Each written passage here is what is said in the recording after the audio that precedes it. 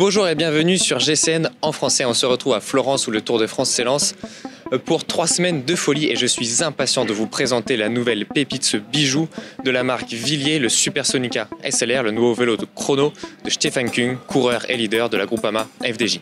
Allez, c'est parti.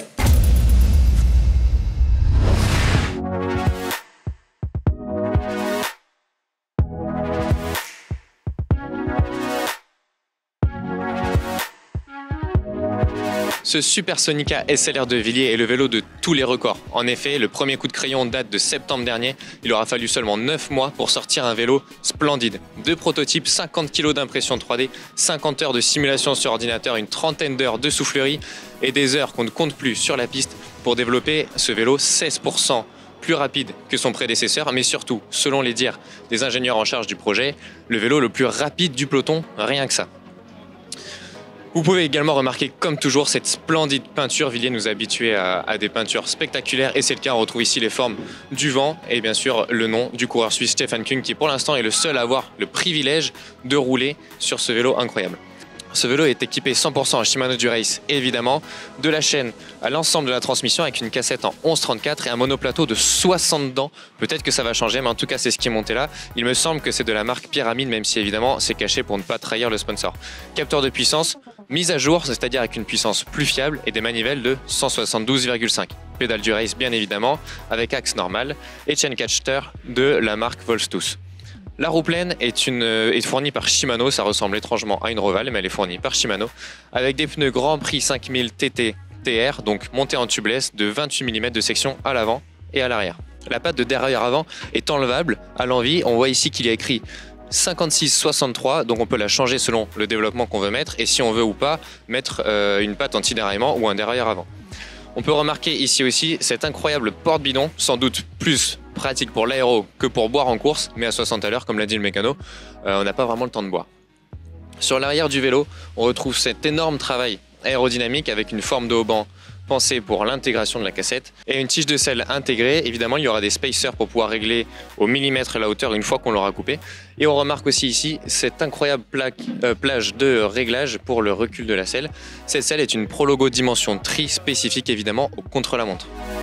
Vous pouvez remarquer la finesse des tubes, tout a été pensé, c'est une véritable lame de rasoir.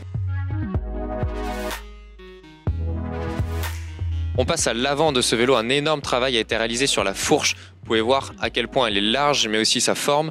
C'est les nouvelles tendances pour prendre en compte les jambes dans le pédalage du cycliste. On nous a confié que, avec le mannequin articulé fait à l'image de Stefan Küng, tout change les données aérodynamiques entre un vélo seul ou un vélo avec un mannequin qui pédale ou un cycliste. Ça change tout et c'est tout le but de cette fourche. À l'intérieur de cette fourche, on retrouve une roue à 3 bâtons de la marque Evolve, encore montée en Continental Grand Prix 5000 TT en 28 mm toujours.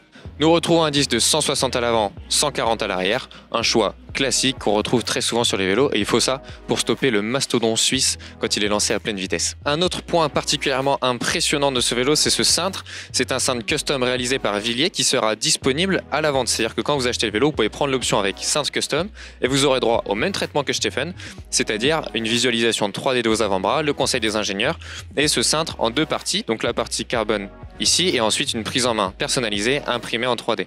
Il faudra néanmoins débourser entre 6 900 € pour la version titane et 11 900 € pour la version carbone. Mais c'est un point déterminant et crucial de la vitesse et de l'efficacité du vélo. Et évidemment, il sera aussi disponible avec des cintres, un cintre de série.